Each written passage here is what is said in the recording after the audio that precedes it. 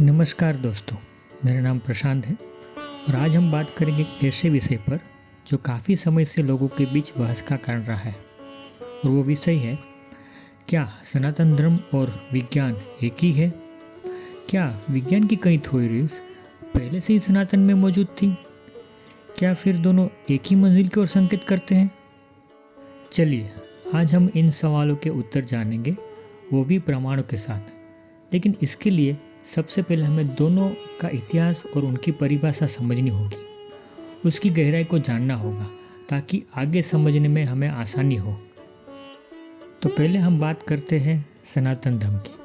सनातन क्या है? वैसे सनातन शब्द का अर्थ होता है शाश्वत, अति प्राचीन, अविनाशी, जिसका न तो कोई आरंभ है और ना तो कोई अंत। ये एक संस्कृत शब्द है और ये संस्कृत शब्द उस चीज़ के लिए प्रयोग होता है जो समय से बंधी नहीं है और हमेशा से अस्तित्व में रही है, अनंतकाली, शाश्वत और अविनाशी, जो सदा से है और सदा रहेगा। अनादि और अनंत, जिसका कोई शुरुआती बिंदु नहीं है और न ही कोई अंत। चलिए हम उसको एक उदाहरण से जानते हैं। जैसे सूर्य का प्रकाश हर दिन बिना रुके आता है, वैसे ही सनातन का ज्ञान भी समय से परे है। जैसे आत्मा को कोई जन्म या मृत्यु नहीं होती, वैसे ही सनातन भी अनादि और अनंत है। तो ये हुई हमारे सनातन धर्म की परिभाषा।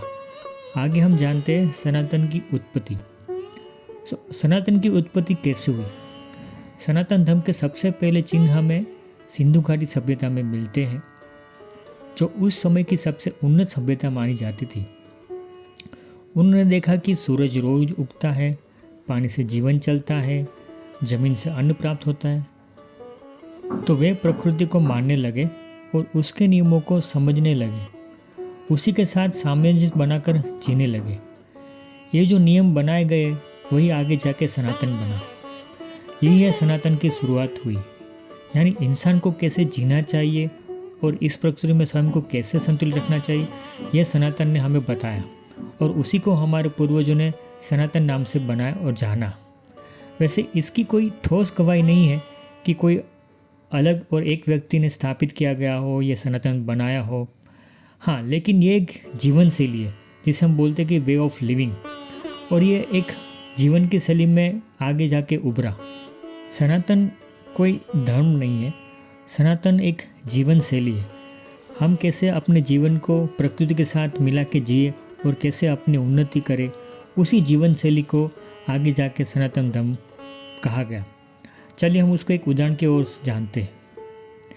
आज हम जैसे सस्टेनेबल लाइफस्टाइल की बात करते हैं, वही चीज़ें सिंधु घाटी के लोगों ने पहले से ही मिट्टी के घर बनाए, वर्षा जल संचालन किया और जैविक खेती करते थे। वो इसी जीवन शैली को सनातन कह रहे थे और वो उसको इसी तरह से जी रहे थे, लेकिन हाँ, उन्होंने उसको नाम नहीं दिया था। तो ये थी हमारे सनातन धर्म की परिभाषा और उसकी उत्पत्ति, वो कैसे उत्पत्ति हुआ। अब हम बात करेंगे विज्ञान की परिभाषा और उसकी उत्पत्ति के बारे में। सबसे पहले हम बात करते हैं कि विज्ञान क्या है। विज्ञान प्राकृतिक और भौतिक दुनिया की संरचना और व्यवहार का व्यवस्थित अध्ययन है। इन इंग्लिश अगर हम बात करें तो knowledge that is gained by observation, experimentation and facts that can be proven. ये थी हमारे विज्ञान की एक संक्षिप्त व्याख्या। अब हम जानते हैं कि विज्ञान की उत्पत्ति कैसे हुई। वैसे विज्ञान का जन्म इंसान की जिज्ञासा से हुआ, जिसको हम क्यूरियोसिटी बोलते हैं। अगर ये जिज्ञासा ना होती तो हम आज भी बंदर की तरह ही जी रहे होते। हमारे पूर्वज, जो हम होपी सपियंस के नाम से जानते हैं, उन्होंने अपने आसपास हो रही चीज़ों को देखा, उसे समझा और अपने जीवन एवं विकास के लिए उसका उपयोग किया। उन्हीं की सोच और समझने की आदत से धीरे धीरे विज्ञान विकसित हुआ। हम देखें तो सबसे पहले विज्ञान का लिखा जोखा मेसोपोटामिया एंड सिंधु घाटी के अवशेषों में मिला। जैसे कि प्राचीन मेसोपोटामिया और सिंधु घाटी की सभ्यता में हमें गणित, भौतिकी और खगोल शास्त्र के प्रमाण मिलते हैं। तो ये थी हमारे विज्ञान की छोटी सी परिभाषा और उसकी छोटी सी हिस्ट्री। अगर हम आगे बात करें तो विज्ञान ने हमें काफ़ी आगे बढ़ा दिया है उसके नॉलेज और उसके एक्सपेरिमेंट से। और जैसे जैसे हम आगे खोज करते जा रहे हैं पुरानी थियोरी को हमें बदलना पड़ रहा है। इसका मतलब ये है कि जो हम जान रहे हैं विज्ञान से वो पूरा ज्ञान नहीं है। फॉर एग्ज़ाम्पल, पहले विज्ञान बोलता था सूरज स्थिर है, लेकिन अब हमें पता चला कि वो भी अपनी आकाशगंगा के चक्कर लगाता है। यहाँ तक हमने जाना सनातन धर्म क्या है, उसकी उत्पत्ति कैसे हुई, और विज्ञान क्या है और उसकी उत्पत्ति कैसे हुई, वो भी छोटे छोटे उदाहरणों के साथ हमने उसको जाना।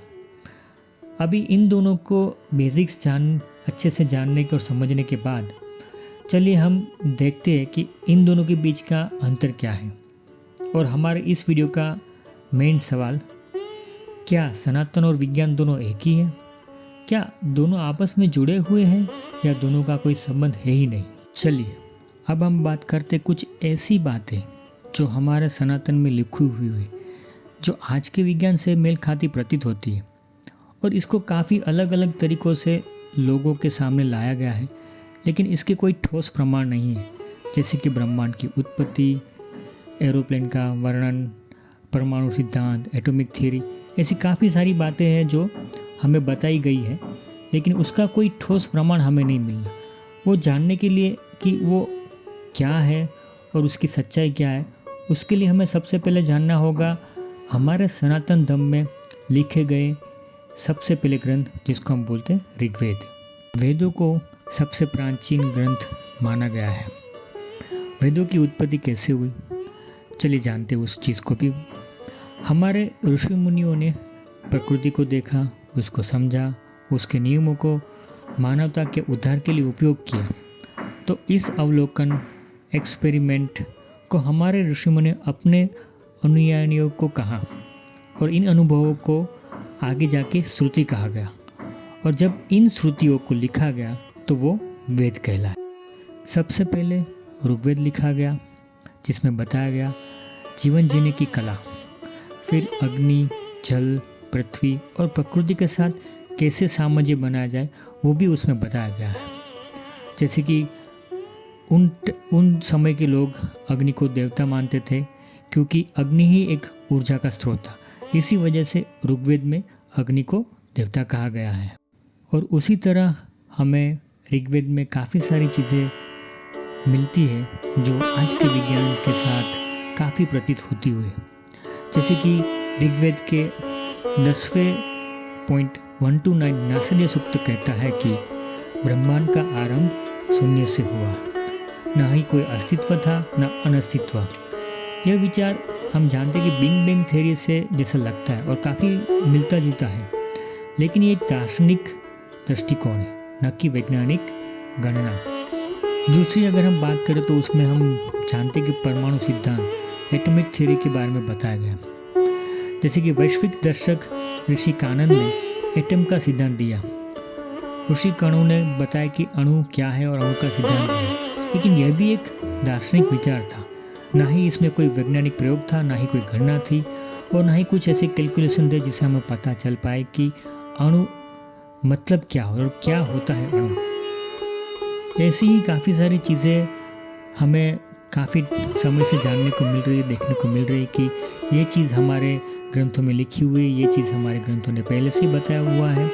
लेकिन ये सब एक दार्शनिक दृष्टिकोण, एक विचार है, ना ही कोई एक वैज्ञानिक प्रयोग और ना ही उसके कोई मापदंड बताए गए हैं वैज्ञानिक तौर से। चलिए हम जानते हैं कि दार्शनिक अवलोकन और वैज्ञानिक प्रयोग में क्या अंतर है। तो अगर हम साइंस की डेफिनेशन का रेफरेंस ले तो हमें पता चलेगा कि वेदों में कही गई ये जो बातें हैं उनका ना ही कोई आधार है, ना ही कोई प्रमाण, ना ही कोई अवलोकन दिया गया है। मतलब कि ये सारी बातें सिर्फ दार्शनिक कही गई है, ना कि उसे कुछ विज्ञान का नाम दिया गया हो, ना परिमाण दिया गया हो।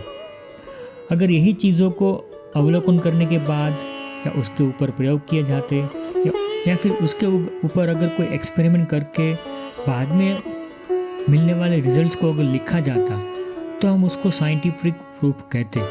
फॉर एग्जांपल, अगर ऋषि कणन ने बताया कि अणु है, अणु का सिद्धांत है, उन्होंने बताया है, लेकिन अगर वो कुछ कैलकुलेशन, कुछ एक्सपेरिमेंट या फिर कुछ प्रमाण या अवलोकन दे के बताते कि ऐसा अणु है और ये ऐसे ऐसे अणु की हम व्याख्या कर सकते हैं तो हम उसको एक विज्ञान मानते हैं। चलिए इन कॉम्प्लिकेटेड चीज़ों को हम एक आसान एग्जाम्पल से समझते हैं। जैसे आज काफ़ी लोग ऐसे सोचते हैं कि इंसान टाइम ट्रैवल कर सकता है, हम चीज़ों को टेलीपोर्ट कर सकते हैं। तो ये सब एक हमारी दार्शनिक सोच है, ये एक हमारी सिर्फ कल्पना है, ना कि कोई विज्ञान, ना कि कोई सिद्धि, ना ही हमने इस चीज़ को प्रमाणित किया है कैलकुलेशन से, ना ही कुछ एक्सपेरिमेंट्स हमें प्रमाणित किया। सो जैसे हम ये सोच कर रहे हैं टाइम ट्रैवल की या टेलीपोर्टेशन, तो ये सिर्फ एक दार्शनिक सोच है, हमारी एक विचार है। जैसे ही ऋषि कणाद ने एक सोच बताई थी, जैसे ही हमारे ऋग्वेद में लिखा गया कि हमारे ब्रह्मांड की उत्पत्ति शून्य से हुई, तो ये एक सब उनकी काल्पनिक दृष्टियाँ थी, ना कि कोई विज्ञान। दूसरी ओर देखें तो हमारी सबसे पुरानी सिंधु घाटी की सभ्यता है, जो काफ़ी पुरानी सभ्यताओं में से एक और काफ़ी एडवांस मानी जाती है। वो अपने उस दौर के हिसाब से काफ़ी एडवांस थी विज्ञान के मामले में। जैसे कि हम भिरडाना, जो सिंधु घाटी सभ्यता का सबसे प्राचीन नगर माना जाता है, कम से कम 6000 से 7000 ईसा पूर्व वो बसा हुआ था। और वहाँ हमें काफ़ी सारी ऐसी चीज़ें मिली हैं, जैसे कि वो लेखन कला जानते थे, माप तोल का प्रयोग करते थे, कृषि, भौतिक और भूविज्ञान का ज्ञान रखते थे, और उसी ज्ञान का इस्तेमाल करके उन्होंने काफ़ी सारे उन्नत शहर नगर बसाए हुए, जो हम आज भी देखते हैं। यह सब उनके वैज्ञानिक दृष्टिकोण का प्रमाण है, जो हमें बताते हैं कि हमारे लोग, सिंधु घाटी के लोग, उस समय में विज्ञान में भी काफ़ी आगे थे। और अब तक हमने जाना सनातन धर्म, विज्ञान, दोनों की परिभाषा, दोनों की उत्पत्ति और दोनों के कुछ अंश जो हमारे लोगों के बीच में काफ़ी सारे सवाल खड़े करते हैं। तो आइए अब हम जानते हैं कि ये जो हमने बातें की, ये जो हमने एग्जाम्पल्स और उदाहरण लिए, उसके बाद हमें क्या रिजल्ट और क्या निष्कर्ष मिलता है। अब तक आपको जो बातें बताई गई है, जैसे कि atom bomb, big bang theory, विमाना, जिसको हम मॉडर्न डिस्कवरीज बोलते हैं, ये सब वेदों में लिखी गई है, वो सब आंशिक ट्रूथ है। इसका मतलब ये है कि ये सब चीज़ें जो बताई गई है वो पूरी तरह से सत्य नहीं है। इसलिए मॉडर्न डिस्कवरीज ऑलरेडी वेदास में लिखी है, ये बात एक आंशिक सत्य है। वेदों में प्राकृतिक अवलोकन और दार्शनिक विचार थे, लेकिन साइंटिफिक इक्वेशंस, लॉज और प्रूफ्स नहीं। विद्वान इन्हें सिंबॉलिक स्पेकुलेशन कहते हैं, न कि एम्पिरिकल साइंस। मतलब कि वो एक सिर्फ विचारधारा थी, ना कि कुछ ठोस विज्ञान। तो अब आते हैं अंत में हमारे असली और आखिरी सवाल पर, जिसके लिए हमने ये वीडियो पूरा बनाया हुआ है। क्या विज्ञान और सनातन अलग है? उत्तर है नहीं। दोनों एक ही सिक्के के दो पहलू हैं, दोनों एक दूसरे के बिना अधूरे हैं। हर्बर्ट स्पेंसर ने कहा है, religion and science are necessary correlatives. They stand respectively for those two antithetical modes of consciousness which cannot exist asunder। इसका मतलब ये है कि विज्ञान और धर्म दोनों एक दूसरे के को-रिलेटिव, दूसरे के सगे संबंधी हैं। जैसे कि विज्ञान हमें यह समझाता है कि हमारे आसपास क्या हो रहा है और उन नियमों का उपयोग करके हम मानव जाति का विकास कैसे कर सकते हैं, ये विज्ञान हमें अच्छी तरह से समझा सकता है। विज्ञान जीवन को सरल, संगठित और आरामदायक बनाता है। और दूसरी तरफ देखें तो सनातन हमें यह सिखाता है कि जीवन को शाश्वत कैसे बनाया जाए, आत्मा और अंतरात्मा को कैसे पहचाना जाए और जीवन में आशा और दिशा कैसे मिले। इसीलिए कहना गलत नहीं होगा कि सनातन और विज्ञान दोनों एक ही मंजिल की ओर संकेत करते हैं और दोनों एक दूसरे के पूरक है। उदाहरण की ओर अगर देखें तो जैसे एक पक्षी को उड़ने के लिए दोनों पंखों की ज़रूरत होती है, वैसे ही मानवता को संतुलित विकास के लिए विज्ञान और धर्म दोनों की ज़रूरत होती है। इसीलिए हमारे प्रश्न का उत्तर ये रहेगा कि धर्म और विज्ञान दोनों के रास्ते अलग हैं, लेकिन उद्देश्य एक ही, और वो उद्देश्य है इंसान को उसके अंतिम सत्य तक पहुंचाना। धर्म, सनातन धर्म, वो आपका आत्मिक विकास करते हैं, अंतरात्मा का विकास, मन और आत्मा को जानने का विकास करता है। विज्ञान एक भौतिक विकास है, आपके शरीर, आपके आसपास की भौतिक चीज़ों का विकास करता है। अगर धर्म और विज्ञान दोनों जब मिलते हैं तो इंसान को वो परम सत्य की ओर ले जा सकते हैं। इसलिए सनातन और विज्ञान पूरक है, कॉम्प्लीमेंट्री है, ना कि विरोधी।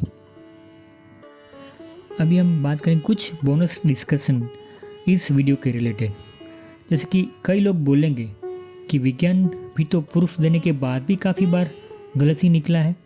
उदाहरण के तौर पे हमने सूरज की बात कर चुके, जैसे कि पहले विज्ञान बताता था सूरज स्थिर है और पृथ्वी और सब उसके आसपास चक्कर लगाते, लेकिन आगे जाके अभी हमें पता चला कि सूरज खुद अपनी आकाश गंगा के आसपास चक्कर लगाता है।